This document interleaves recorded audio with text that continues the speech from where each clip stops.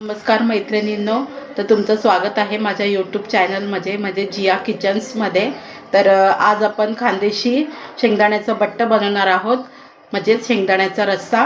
तर त्याचे साहित्य मी तुम्हाला दाखवणार आहेत काय काय आहेत ते।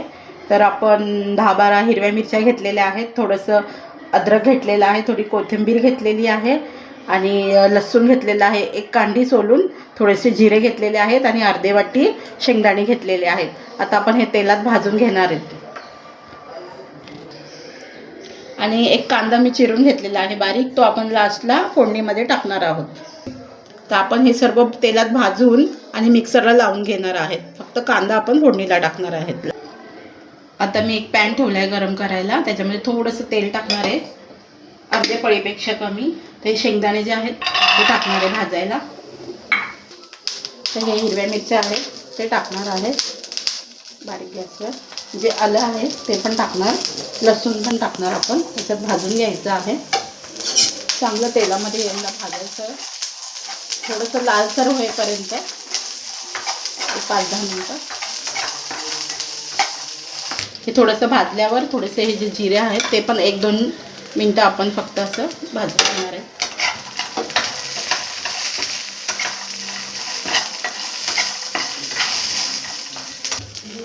आता बघू शकता तुम्ही, शेंगदाणे चांगले असे लाल मस्त भाजलेले आहेत, मिरच्या पण छान भाजलेल्या आहेत।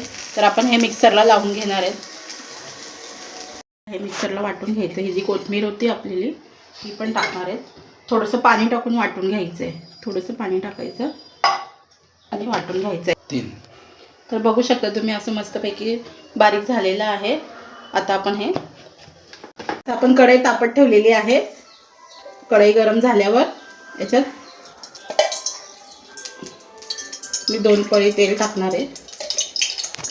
तेल गरम झाले आहे, आता आपण हे कांदा टाकून घेणार आहे तेलामध्ये, थोडंसं लाल करून घ्यायचा कांदा।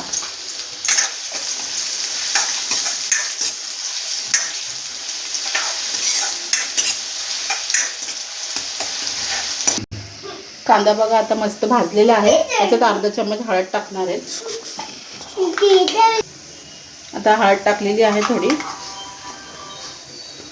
हे जे वाटण आहे वाटलेलं हे टाकणार आहे।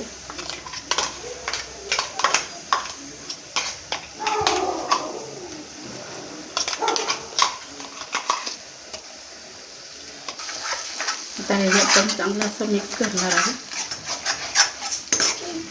आता बघा तेल सुटेपर्यंत आपण हा मसाला भाजून घ्यायचा आहे। आता तुम्ही विचार करत असेल यात लाल तिखट नाही टाकले, कारण हिरव्या मिरच्यांचंच करतात शेंगदाण्याचे जो बट्टा आहे ते, म्हणून आपण जास्त हिरव्या मिरच्या वाटलेल्या आहे त्याच्यामध्ये। आता आपण याच्यामध्ये पाणी घालणार आहेत, थोडंसं तुम्हाला किती रस्सा करायचा आहे तेवढं तुम्ही पाणी घालू शकता। तुम्हाला पातळ हवं रस्सा की जास्त एकदम ग्रेव्ही हवं, त्या हिशोबाने तुम्ही पाणी याच्यात घालू शकता। बघू शकता आता तुम्ही, याला मस्त कलर आलाय। आता आम्ही 2 जण आहेत म्हणून मी इथे 2 ते 3 ग्लास पाणी टाकलंय, कारण थोडं उकळी आहे द्यायची, 10 मिनटं बारीक गॅसवर शिजवायचं चांगलं। थोडंसं चवीपुरतं मीठ टाकायचं,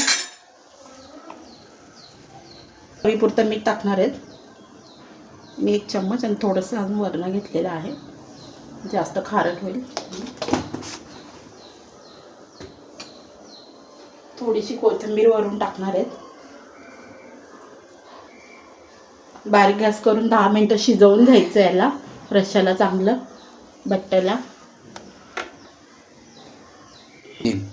बघू शकता तुम्ही आता किती छान अशी उकळी आलेली आहे। बारीक गॅसवर चांगलं 10 मिनटं अजून शिजवून घ्यायचं याला। तर बघू शकता आता रेडी आहे आपलं शेंगदाण्याचं बट्ट। आता आपण सर्व करणार आहोत।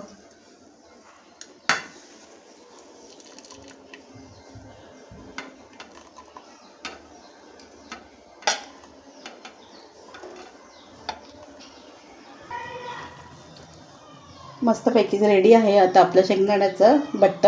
बघू शकता किती छान वाटतंय, हे बघा कलर सुद्धा किती छान वाटतोय।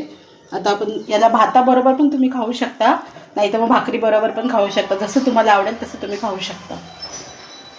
तर कशी वाटली माझी रेसिपी तुम्हाला, तर कमेंट्स करा, शेअर करा आणि लाईक करून सांगा।